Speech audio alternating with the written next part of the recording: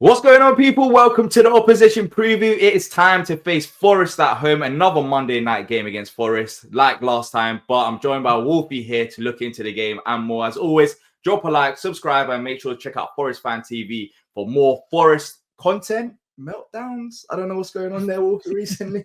I've seen that you compared Nuno to Steve Cooper. There's a lot going on. There's a lot going on at Forest. They've had a fantastic season. We're going to get into it and more. Look, Wolfie, always a pleasure talking to you, bro. We're reaching towards the end of the season. For us, I'll be honest, not for the players and the manager, but for us as fans, this game is pretty irrelevant. But for you, Champions League, chasing Forest, no one expected it going into the season. You've done fantastically well. How would you sum up your season before we talk about this game in a bit more detail? Right, like exactly what you said. Where we are now, no one expected it. I predicted Forest 8th at the start of the year, and I got called deluded for 8th. And it slowly looks like I might be right, man, the way we're going. But like, it's all about context. I mean, we can't, for me, Forest have given me so many scars over the years. Yeah, championship, playoff bottling this, and Stoke on the last day where we were comfortably in playoffs, and all this pain. And over this season, I haven't let myself believe in anything because of the history of what I've gone through with this team. Yeah, over the last, like a month ago, I start thinking, you know what? I think we had like a 5-point gap from 3rd to 4th. And I'm like, we're pretty much home and dry here. If we can beat Everton, that's it. It's done. And obviously the chest comes out, and you know from going on all the other podcasts, yeah, you either fight your corner or you Everyone's on your case. Oh, what I'm saying is, after every defeat, where is Wolfie? Everyone. It's like you got like everyone literally wanting you to flop because, you know, I get it. You have chest and you should have chest, especially if your team's doing that well. But of course, when you do have a few defeats here and there, people are going to be. Bro, PSG beat Arsenal, and certain man's chats are there like, "Where's Wolfie? Where's Wolfie? Where's Wolfie?" It's like, but yeah, look, with the context for me personally, and I think every Forest opinion is entitled to their own opinion. I think they're all valid. I think you don't get Champions League after spending 3 straight months, I think it is, in 3rd place. It means you've bottled it. Because, yeah, it's like I was having this discussion with Errol earlier, and he was saying, why is it a bottle job? And I said to him, well, at the start of the season, Liverpool fans didn't think they were going to win the league, and they would have been happy with a title race or top 4 or whatever. I said to him, in January, would you have been happy with a top 4 finish? Of course they wouldn't have. So expectations change as you go throughout the season, bro. Yeah. But it's not over. I still think there's a chance. I need a massive favor from you guys, but I'm not confident, bro. Why are you not confident then? Because of the way we're playing. You know what? Nuno has been amazing since he's come in. The tactics have been really good. I think I could fault him in maybe 3 games. I'm talking before this last month. He got the tactics wrong against Fulham at home back in November or whenever it was. He went 4-4-2. But outside of that, man, he's been playing pragmatic football, setting up nicely, trapping the opposition, quick transitional play and all that. But then over the last few weeks, from like the Everton game onwards, he's dropped into a low block. I don't see the tactics on the pitch right now. You know, we're punting the ball forward, giving it to the opposition. Eventually they break us down. There's mistakes happening at the back. Murillo last minute against Everton. The 2 against Brentford were 2 basically. One was a goal kick and one was a long one punted forward. And it's just like, is it the players? Is it getting to the players? Is it getting to the manager? Is it getting to us as fans? I don't know, bro. But I just want to get over the line, man. Because I swear to God, if we do it, D, right? And I've had all these receipts now over these last 2 weeks. Yeah, the tables turn around quickly, bro. It does. They will not know what's hit them. It does. But even if you get European football, I still think it's a good season. But I think context matters, as you said, especially if you're at the top for that long. I understand why you would want Champions League football, because you've been there. Like that's been your position pretty much all season long. And now it's coming towards the end of the season. You don't want to fall off. As you said, at the start of the season, it would have been different conversations. 8th place would have been what you expected. But now, as it happened, you know, it's changed. And I do understand that. It's also the way it's happened. Do you know what I mean? Like I said this on a video the other day. If we were now like say 11th and went on this unbeaten run and then broke into say conference or Europa, it just feels different. I don't know why. I don't know if it's just me, but like that would have felt like you're going in on an up. Do you know what I mean? Whereas where it feels like it's kind of petering out, that changes the context as well, bro. Sorry, you were going to talk. No. I was going to say, are teams figuring out Nuno? Are you getting that sense? Brentford did.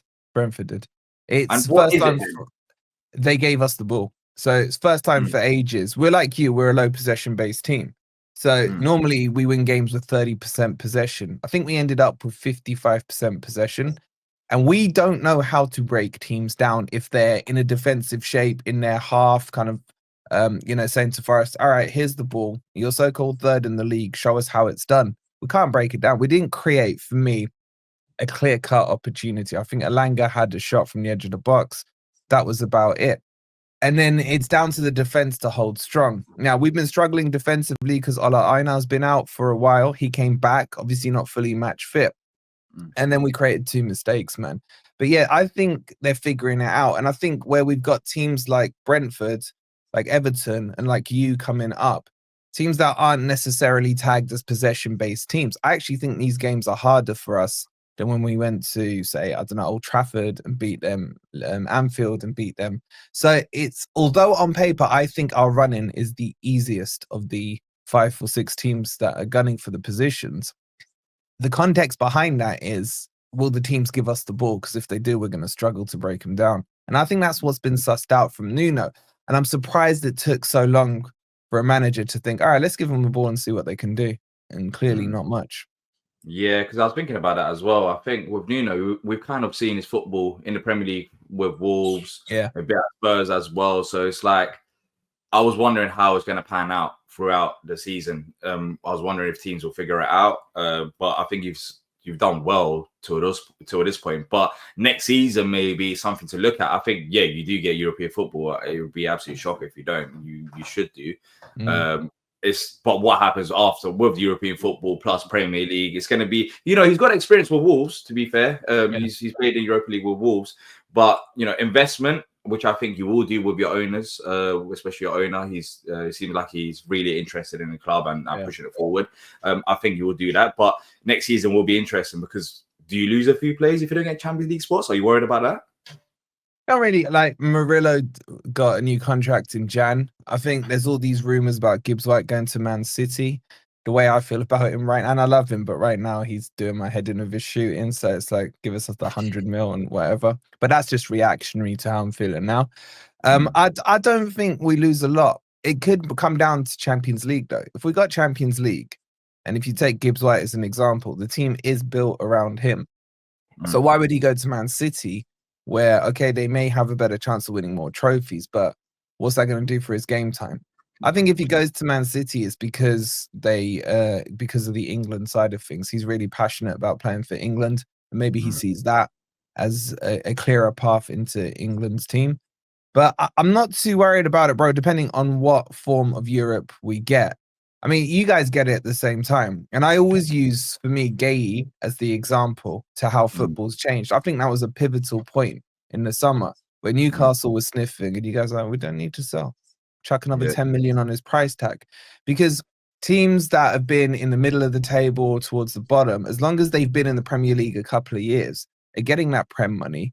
They don't need to sell. Like, we saw all the PSR party stuff. Forest and Newcastle did some business with some kids and what have you, sort of Villa doing it, Chelsea doing it. So the clubs have figured out how to stay within PSR. And this isn't like 20 years ago when a United would come in and say, we're going to bully our way into getting your player. And I think what you did and what Everton did with Branthwaite as well, when Man U came for them, kind of just set the agenda for me that we don't have to sell if we don't want to. I think selling now isn't going to be because a club has to sell for money. It will either be because the player wants to leave and had his head turned, or that a club is going to pay over the odds because they really want someone. So I'm not worried about it from that stance. Like, Forest don't need the money to survive kind of thing. You get me? So it will be if he wants to leave or Murillo wants to leave or something like that, not because the club want to sell them. Yeah, I thought this could be like the rehearsal for the FA Cup final. I was But hoping that. yeah, because after we won our game, I was thinking, you know what, we got You were Forest on Monday night. brilliant, bro. You Yeah, like what happened? schooled I Villa. was a bit disappointed though with Forest. I Mm. think a lot of Palace fans I spoke to as well as watching the game. It's just, I don't know. You create a chance in the second half, and you hit the post a few times, but the way you started the game, it just feel Terrible. like it was too easy for City at times. I don't And know. that's what I'm And saying. it's City, I get it, and I don't want to talk big because we could get absolutely spanked by them, and I understand that. But I thought, it was just a bit Too too much slow. What respect. happened in that one? Yeah, too much respect for me. And that's where I've made the references to him kind of showing some Cooper traits. That he just showed them too much respect for the first 45 minutes. He did that against Villa as well recently and against Newcastle. Just sat off and thought, let's soak up the pressure.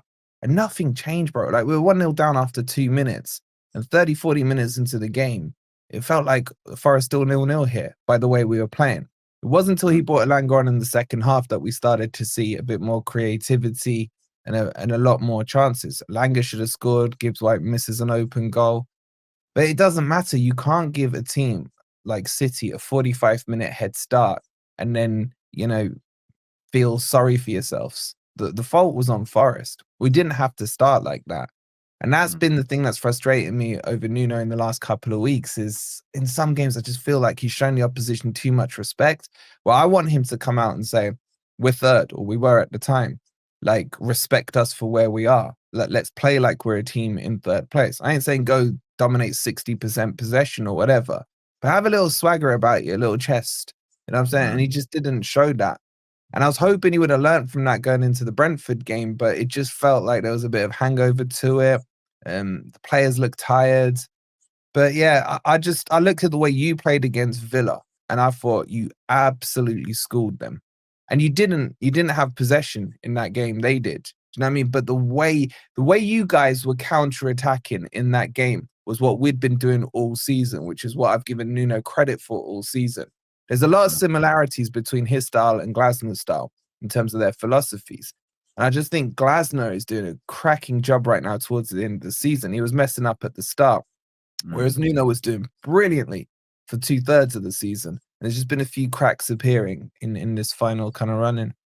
Do you think he changes his approach then in on this game on Monday night? Because of course you have to really win. How do you think Forest will approach this game? I don't know, bro. Honestly, I don't. Usually, like I predicted the exact team that started against Brentford. I'm usually not a million miles off. I wonder if he's gonna just say, right, I need to freshen it up and get some changes in just to get something different on there to change the momentum a bit. So he might go to a back three, which would match up with what Yeah, Glasner will do at yours. I don't know if that would be a good thing or a bad thing. He might try and overload the midfield because I know you play with a couple in the midfield, but you got Wharton, who's been fantastic since he's come back from his injury. So he might look to do that. I honestly, I'm not confident enough to say even the formation, what it will be. He's been flirting with three. His go-to is the 4-2-3-1, which we saw on, when did we play Brentford? Thursday. Thursday. He's done a 4-3-2-1 where he's packed that midfield out just to give us an extra number in the bodies. And he's also done a 3-4-3, roughly what Glasner would do. But sometimes he inverts the 10s or he puts them as wingers depending on who's available. I've got a feeling he might go back three, but I can't confidently say to you that he would. And I don't think it would be the right thing to do where that's been your bread and butter all season. And I think Glasner and Palace have been the only team that have been consistently well in that formation. Yeah, Because you Villa see, tried man, it at home against us. They actually went to a back three before the semi final when we faced them at home, and it went horribly wrong for them. They lost 4-1 when they tried to match us up, Emery, and that's the first time I've seen Emery really go to a back three, Yeah. which gave me indication that I think Glass is instead because we beat them at their Yeah. ground in the League Cup, beat them 5-0 at our ground last season. So yeah, if he changes his ways to match us, I don't know, maybe it might work with the players that you got. We've used it quite a few times this season. Yeah. When we played Brighton, which you're like, when we beat him 7-0, Yeah. he went back three against them and we just destroyed them. But so it's not foreign to Nuno. I think like 4-2-3-1 is his number one choice. 3-4-3 is usually what he does when we're winning and he just wants to lock it down. He'll bring Morato on to shore up the defense and say, right, we're 1-0 up. You know, even at half time, I've seen him do it a couple of times. Like, right, let's just lock it up and take the 1-0 because defensively we were good enough to do that. Yeah. So he usually uses the 3-back in more a see out the game scenario, but it did work from the start against Brighton, for example, but then it didn't against Bournemouth. What players should we look out for then from Forest side of things? Who's on form right now? None of them. What do you mean none of them? Surely there must be someone who's playing well. It's not like you're 20th in the league. There's someone surely Bro, I'm just playing well. You know me, D man. I go up and down depending on results. I would say, like, for me, our fullbacks right now are our best 2 players. Ola Aina, if he's fully fit, I think he's our best player. I highly rate this guy, just not on what he does on the pitch, but off the pitch as well. Yeah. And I've really been impressed with Nico Williams on the left-hand side. He's naturally a right back, but Nuno's converted him over to the left back. And I think he's been very, very underrated in the work he's done. Elliot Anderson has been exceptional for us this season, but in the last month, he looks like he's played too many games. I'd probably say Elanga, man, but I think your fullbacks are really good. So that would be the contest that would worry us. And obviously, Milenkovic and Murillo are normally bricks at the back. So defensively, we're very good. At the moment, we're struggling to score goals. If Chris Wood isn't bagging him in, he's on 19. He needs one more for 20 in the Premier League. But it's not very cohesive at the moment, bro. Our passing is woeful. We're playing a lot of long ball football. That's just meaningless at the moment. Yeah. And I'd say worry about our wing backs or fullbacks, should I say. They for me have been consistent all season. Nico Williams and Ola Aina. And Gibbs White, if he turns up, he can change a game in a second. Yeah. But at the moment, he's not on form. Well, hopefully they stay out of form for this game. But you don't need this. Come on, D, let's be real, man. If I said to you, give me 3 points and I guarantee you the FA Cup, what you say? Of course. Right, I mean, even if, like, we really, honestly, the thing is, Glasgow is a freak. Yeah, him and the players will turn up for this game. I truly believe that. But me as a fan, we're not really that bothered. But remember, before the FA Cup semi-final, a few days before, he went with a strong team. I know there was a few rotations. It's also away from home. There's no way. And the players have had rest. We played on Saturday. You lot have played on Thursday. We played last week Saturday against Villa. We haven't had a game. We played on Monday night. The players have been off till Thursday. They've come back to training. He literally said yesterday there's no injuries. Everyone's feeling fine. Everyone's ready for this game. So I know he's going to, like, not sit back and say, oh, we got an FA Cup final. I just know he's not that type of manager. Would you rather he did? Not really. Before the Villa game, I was thinking the same thing. But momentum and confidence is a massive thing because after the Arsenal result, going into the Villa game, we were confident. We were much more confident because we actually, showed up and performed well. So as long as players don't get injured, which I think he might make a few rotations, by the way. I think Mitchell might get a rest in this game for Ben Chilwell. He might actually start, which might help you lot because Mitchell's better defensively than Chilwell. Yeah. So apart from that, I don't know what else he'll really change. Isn't Nketiah going to play? I'm not too sure, but why you want him to play? Obviously, I want him ahead of Mateta, bro. But this is a player I cussed down in the summer so hard because we nearly. Yeah, but you said that for the reverse fixture, and he started and he didn't do much. If he scores and ends our Champions League thing after the way I went in on him, bro, like the way I was thanking you and Rich and all them, man. And he finished because he's not great. He's got 5 goals this season, 2 assists. How many of them in the Premier League? Like 1 or something, 2. Yeah, he's got one in the Premier League. But I was right. Right. But I can see it happening. If Nketiah scores, I'm done, man. I am. Mateta at the start wasn't great either. Yeah, but he had the whole what was it with the France thing in the summer, didn't he? So he joined. No. I'm talking about at the start of his Palace career. Like, And now he's unreal. We're linked to him, by the way. Yeah. Oh, Mateta. Yeah. Come on. How much? Wolfie, let's just calm down a bit. I don't think Mateta's going to be leaving Palace to go Forest. With all due respect. That's Bro, not happening. like if we got Champions League, you don't think he wants a little bit of that theme tune? I just think the Don't striker do market. this, D man. Don't do this, man. We'll give you No. good money. I don't think he'll be joining. Do you think he stays? Do you think I he had this stays? debate. You know Billy, right? The Villa fan. Yeah. He was having this debate with me about Elise, and I said the same thing. With all due respect, like even if you have Champions League football, Elise is not going to join Villa. Like, and I think the same thing about Forest. With no respect, but he didn't stay, did he? That's the point. Yeah, but he was never going to join Villa. Yeah, but do you think Mateta leaves? No, I don't know. Mateta doesn't leave this summer. I think hasn't he got like 18 left on his contract though? Or yeah. But we'll get that. We'll get that sorted. I'm not really worried about that. Players who's leaving, Gay's leaving this summer. It'll be a shock if he stays. We got linked with him as well. I don't think we need him. I don't think he's signing Gay. I'll be real. I don't think you obviously he's quality. I don't think you're signing any of our players. We got Jeffrey Schlupp on a free if you want him. You know who I would take? Who I wanted when we got promoted, who has been unreal for you guys. Who's? Lacroix. Oh, Lacroix. Oh, okay. Bro, he is. How much did you pay for him? Wasn't it like 12 mil or something? Yeah, 14, 15 mil. Bargain. Absolute bargain. It's upgrade on Anderson. I said it at the time, and a lot of people were complaining about Joachim Anderson leaving. Anderson is overrated, man. He's overrated. I'm sorry, he is. He was good. He's a good player, but he's overrated. He gets a lot of praise. When I saw him at Palace, he just didn't suit a back three. And we've seen it so far this season. Whenever we face Fulham, Lacroix has been fantastic. He's just on levels, bro. Who are you worried about from Palace's team then?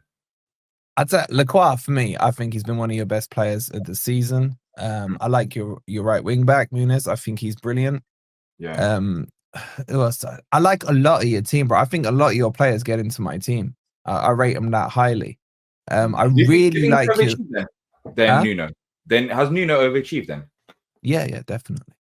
So we went from 17th to top 5 fighting, man. Yeah, that's what I'm saying. Crazy. Like, so when you add context into it, I mean, in the long run, do you still? Oh yeah, bro, 100%, bro. But like, you know the deal, bro. When you got to stick your chest out, you got to hold to your chest. Yeah, but then when certain teams reach a point of like, let's say European football, Champions League football, with Newcastle, there were talks around Eddie Howe when they reach it. They were like, all right, who's the next manager now to take us forward?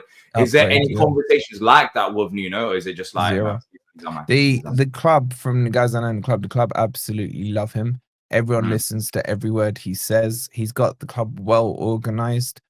Between him and Marinakis, the relationship is fantastic. I can't say what a great job Nuno's done, man, because he's been unreal, especially when I compare it to the latter stages of Cooper's tenure at Forest, man, where it was just like miserable, unwatchable. It was unwatchable, that football. So like Nuno's just done ridiculously well. So don't forget, we got docked points when Nuno first came in.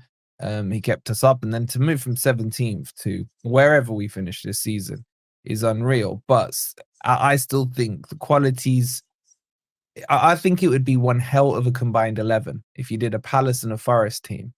Combined 11 would be ridiculously good, with some interesting conversations to have on who would get in. And I think I would take most of your midfield over us. Yeah, Mateta as well.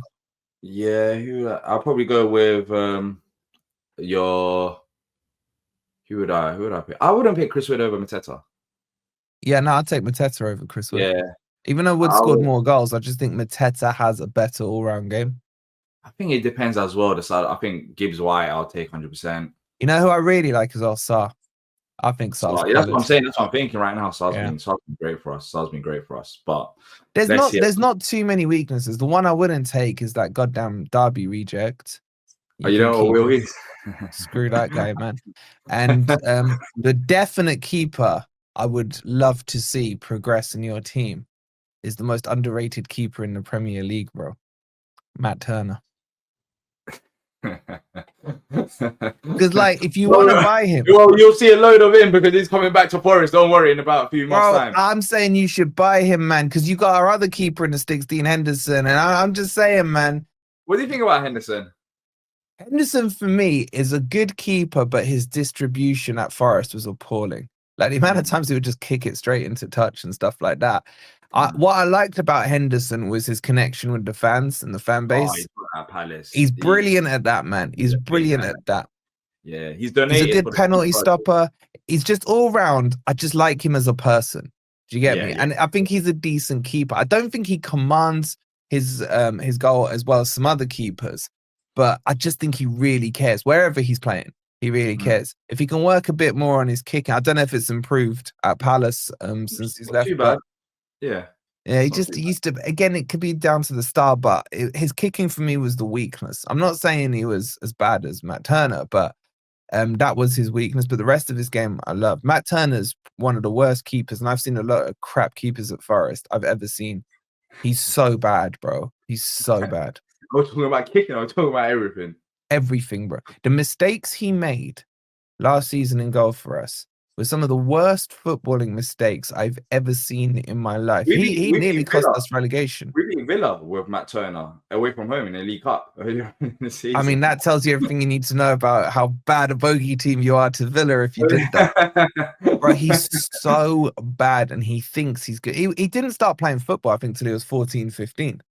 So he was a late starter to actually, no, I should be saying how good he is, man. What am I doing there? So I know there's the whole can't play against your parent club. Yeah, it works.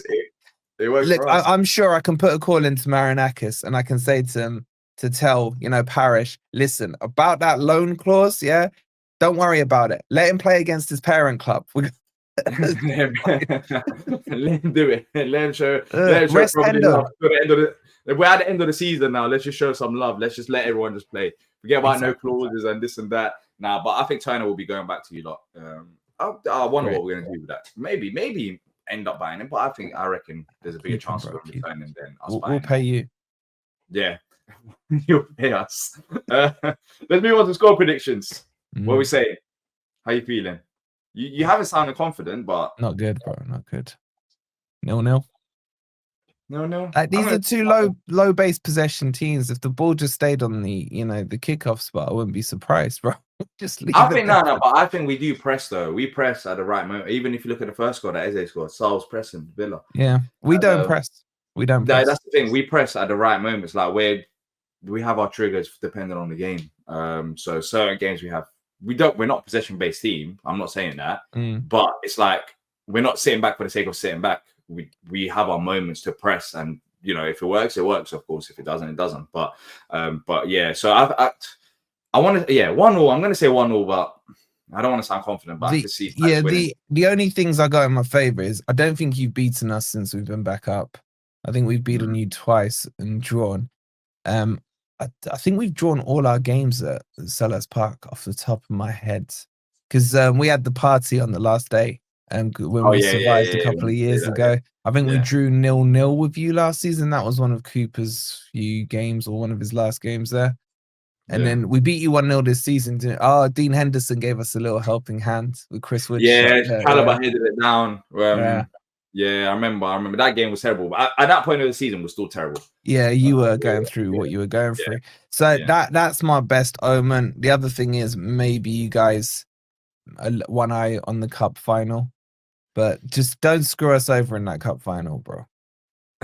Whoa, it depends, I guess. It depends where you finish. I want you to win the final. You're putting me in conflict. I really want you to beat 115 in the final, right? And I sat there the other day. I was like, well, hold on. If Palace win, that takes the position out the league for the Europa.